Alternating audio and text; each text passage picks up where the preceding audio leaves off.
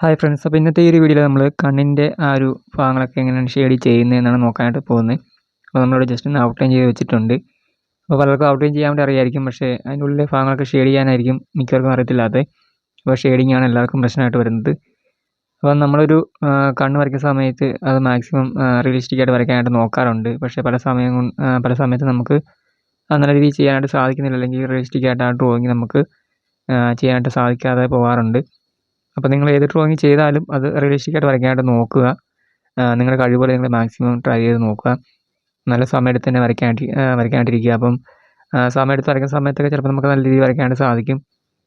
പെട്ടെന്ന് വരച്ച് തീർക്കാവുന്ന രീതിയിൽ നിങ്ങൾ ഇരിക്കില്ല ഒരിക്കലും ഡ്രോയിങ് ചെയ്യുന്ന സമയത്ത്. ഞാനിപ്പോഴും പറഞ്ഞ കാര്യം തന്നെയാണത്. അപ്പം നല്ല സമയത്ത് തന്നെ ചെയ്യാനായിട്ട് ശ്രമിക്കുക. അപ്പം നിങ്ങൾ കണ്ണ് വരച്ച് പ്രാക്ടീസ് ചെയ്യുന്ന സമയത്തൊക്കെ ഓരോ ഫോട്ടോയും നോക്കി തന്നെ വരയ്ക്കാനായിട്ട് ശ്രമിക്കുക. അതായിരിക്കും എപ്പോഴും ബെറ്റർ. കാരണം നമുക്കൊരു തെറ്റ് വന്നാലും ആ തെറ്റ് എവിടെയാണ് വന്നതെന്ന് നമുക്ക് കണ്ടുപിടിക്കാനായിട്ട് സാധിക്കും, ഒരു റെഫറൻസ് ഇമേജ് ഉണ്ടെങ്കിൽ. നമ്മൾ മിക്ക ഡ്രോയിങ് ചെയ്യുന്ന സമയത്തും എല്ലാം നമ്മൾ ഓരോ പാർട്ടാണ് ചെയ്യുന്നത്. അപ്പം ഓരോ പാർട്ടിൽ നമ്മൾ കണ്ണ് വരയ്ക്കുന്നുണ്ട്, അല്ലെങ്കിൽ മുടി അങ്ങനെ കാര്യങ്ങളൊക്കെ നമ്മൾ വരയ്ക്കുന്നുണ്ട്. അപ്പം പ്രത്യേകം നമ്മൾ വരയ്ക്കുന്നുണ്ട് തന്നെ നിങ്ങൾക്കത് നോക്കി ചെയ്യാവുന്നുള്ളൂ. എന്തെങ്കിലുമൊക്കെ ഡൗട്ട് ഉണ്ടെങ്കിൽ തീർച്ചയായും നിങ്ങൾ കമൻറ്റ് വഴി ചോദിക്കുക, നിങ്ങൾക്ക് റിപ്ലൈ ചെയ്യുന്നതായിരിക്കും. അപ്പം നമ്മൾ കണ്ണ് വരയ്ക്കുന്ന സമയത്ത് കണ്ണിൻ്റെ ഉള്ളിലെ കൃഷ്ണമണിയൊക്കെ വരയ്ക്കുന്ന സമയത്ത് അത് എന്താ പറയുക, അതിൽ ചെറിയ ലൈറ്റിങ്, അതുപോലെ darkness, light shade, dark shade അങ്ങനെയുള്ള കാര്യങ്ങളൊക്കെ നമ്മൾ നോക്കി ചെയ്യുന്ന സമയത്ത് അത് മാക്സിമം റിയലിസ്റ്റിക് ആയിട്ട് ഇപ്പോൾ കൊണ്ടുവരാനായിട്ട് ശ്രമിക്കുക. പിന്നെ കണ്ണിൻ്റെ ഉൾഭാഗത്തൊക്കെ നമ്മൾ എപ്പം എന്തെങ്കിലും ഡാർക്ക്നെസ് ഉണ്ടെങ്കിൽ പോലും നമ്മൾ ആദ്യം ഒരുപാട് ഡാർക്ക്നെസ് അപ്ലൈ ചെയ്യാൻ പാടില്ല. നമ്മൾ ലൈറ്റായിട്ട് വേണം ഷെയ്ഡ് ചെയ്യാൻ വേണ്ടി തുടങ്ങേണ്ടത്. അത് ഡ്രോയിങ് ചെയ്യുന്ന സമയത്ത് അതിപ്പോൾ ഷെയ്ഡിങ്ങിലാണെങ്കിലും നമ്മൾ ഫേസ് ഡ്രോയിങ് ചെയ്യുന്ന സമയത്താണെങ്കിൽ പോലും ആ കാര്യം ശ്രദ്ധിച്ചേക്കണം. പിന്നെ നമ്മൾ ബ്ലെൻഡ് ചെയ്ത് കൊടുക്കുക, ഇതുപോലെ പേപ്പർ സ്റ്റമ്പ് ഉപയോഗിച്ച് ബ്ലെൻഡ് ചെയ്ത് കൊടുക്കുക. ഞാനിപ്പോൾ ഈ കണ്ണിൻ്റെ ഈ ഒരു ഡ്രോയിങ് ചെയ്യാൻ കാരണം എന്ന് വെച്ചാൽ കഴിഞ്ഞ ദിവസം നമ്മൾ കമ്മ്യൂണിറ്റി വഴി ചോദിച്ചിട്ടുണ്ടായിരുന്നു, നിങ്ങൾക്ക് ഏത് ഡ്രോയിങ്ങാണ് ഇനി വേണ്ടത് എന്ന് ചോദിച്ചിട്ടുണ്ടായിരുന്നു. അപ്പോൾ അതിനകത്ത് ഞാൻ കണ്ണ്, മൂക്ക് അങ്ങനെ കാര്യങ്ങളൊക്കെ ഇട്ടിട്ടുണ്ടായിരുന്നു. അപ്പോൾ അതിൻ്റെ അകത്ത് ഏറ്റവും കൂടുതൽ വോട്ട് വന്നിട്ടുണ്ടായിരുന്നു കണ്ണിനായിരുന്നു. അപ്പം മിക്കവർക്കും ഈ പറഞ്ഞ വരയ്ക്കാനായിട്ട് ബുദ്ധിമുട്ട് വരുന്ന ഭാഗം എന്ന് വെച്ച് കഴിഞ്ഞാൽ കണ്ണ് തന്നെയായിരിക്കും. കാരണം ചിത്രത്തിൻ്റെ ജീവൻ എന്ന് വെച്ച് കഴിഞ്ഞാൽ തന്നെ അതിൻ്റെ കണ്ണാണ്. അപ്പം അത് നമ്മൾ നല്ലപോലെ വരച്ചില്ല എങ്കിൽ ആളിന് ഷേപ്പ് തന്നെ മാറിപ്പോകും. അപ്പം ആ ഒരു കണ്ണിന് അത്രത്തോളം ഇമ്പോർട്ടൻ്റ് നമുക്ക് കൊടുക്കേണ്ടതായിട്ടുണ്ട്. പിന്നെ പലരും ചോദിക്കുന്ന കാര്യം, ഞാൻ വരയ്ക്കാൻ വേണ്ടി ഉപയോഗിക്കുന്ന പെൻസിൽ ഏതാണ്, പേപ്പർ ഏതാണെന്നൊക്കെ ചോദിക്കാറുണ്ട്. ഞാനിപ്പം വീഡിയോയിൽ തന്നെ അത് കാണിക്കാറുണ്ട്, അല്ലെങ്കിൽ ഞാൻ ഡിസ്ക്രിപ്ഷനിൽ കൊടുക്കാറുണ്ട്. നിങ്ങൾ വരയ്ക്കാൻ വേണ്ടി ഉപയോഗിക്കുന്ന പെൻസിൽ ഏതാണ്, പേപ്പർ ഏതാണെന്നുള്ള കാര്യം ജസ്റ്റ് ഒന്ന് കമൻറ്റ് ചെയ്യാം കേട്ടോ. ഈ ഒരു പെൻസിൽ തന്നെയാണ് നിങ്ങൾ യൂസ് ചെയ്യുന്നത് അറിയാൻ വേണ്ടിയിട്ടാണ് ഞാൻ ചോദിക്കുന്നത്. ഇപ്പോൾ കൂടുതൽ ആൾക്കാരും യൂസ് ചെയ്യുന്ന ആർട്ട് ലൈനാണെന്ന് എനിക്ക് തോന്നുന്നു. ഞാനും ഒരു ഡ്രോയിങ് പെൻസിലായിട്ട് വാങ്ങുന്ന ആർട്ട് ലൈനിൻ്റെ പെൻസിൽ തന്നെയാണ്. ആദ്യം നമ്മൾ വെറുതെ അപ്സരയുടെ പെൻസിൽ ഉപയോഗിച്ച് വരച്ച് പഠിച്ചു തുടങ്ങിയതാണ്. പിന്നീടാണ് ഡ്രോയിങ് പെൻസിലേക്ക് നമ്മൾ വരുന്നത്. നമ്മൾ വരച്ചു തുടങ്ങുന്ന സമയത്ത് നമുക്ക് അതിനെക്കുറിച്ചുള്ള ഒരു ഐഡിയ ഉണ്ടാവില്ല. നമുക്ക് ഏത് ഡ്രോയിങ് പെൻസിൽ വാങ്ങണം, അല്ലെങ്കിൽ ഏത് പേപ്പർ വാങ്ങണം, ആ പേപ്പറിൽ എത്ര GSM ഉണ്ട്, അത് എത്ര GSM നോക്കി വാങ്ങണം, അതൊന്നും നമുക്കൊരു ഐഡിയ ഇല്ലല്ലോ. അപ്പം ഞാൻ ആദ്യം വരച്ചു തുടങ്ങിയ പേപ്പറിന് 70 GSM ഉള്ളായിരുന്നു. അങ്ങനെ നമ്മൾ ആ ഒരു പേപ്പറിൽ ഒരുപാട് ഡ്രോയിങ് ചെയ്തിട്ടുണ്ടായിരുന്നു.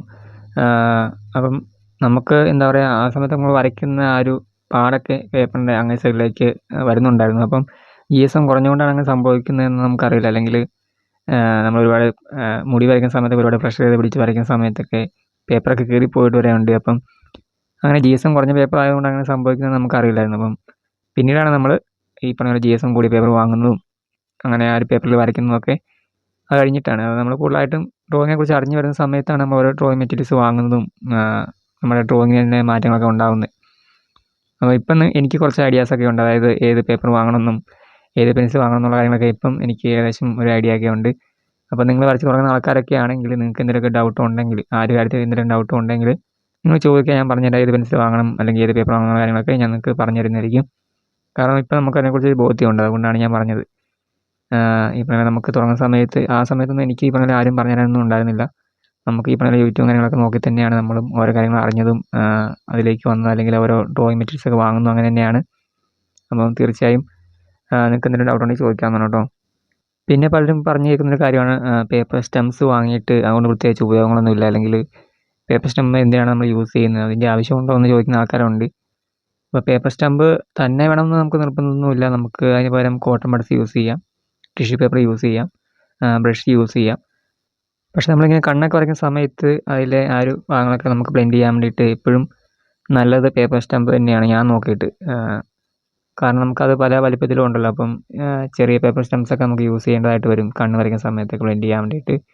അപ്പോൾ അവിടെയൊക്കെ നമുക്ക് ടിഷ്യൂ പേപ്പർ യൂസ് ചെയ്ത് കഴിഞ്ഞാൽ അത് ആ ഒരു ഭാഗം കൂടുതലായിട്ട് ബ്ലെൻഡായി പോകും, അല്ലെങ്കിൽ കൂടുതലായിട്ടും ആ ഒരു ഗ്രാഫൈറ്റ് അവിടെ പടർന്നു പോകും. അപ്പോൾ നമുക്കത് കറക്റ്റ് ആ ഒരു പോയിന്റ് മാത്രം നമുക്ക് ബ്ലെൻഡ് ചെയ്യാൻ വേണ്ടി എപ്പോഴും പേപ്പർ സ്റ്റെംസ് ഒക്കെ നമുക്ക് യൂസ് ചെയ്യുന്നുണ്ട്, അല്ലെങ്കിൽ യൂസ് ആവുന്നുണ്ട് എനിക്ക്. അപ്പം എന്തുകൊണ്ട് നമുക്കത് വാങ്ങി വെച്ചതുകൊണ്ട് പ്രത്യേകിച്ച് നഷ്ടങ്ങളൊന്നുമില്ല, അല്ലെങ്കിൽ നമുക്കതുകൊണ്ട് ഉപയോഗം ഇല്ലാതെ പോകത്തൊന്നുമില്ല.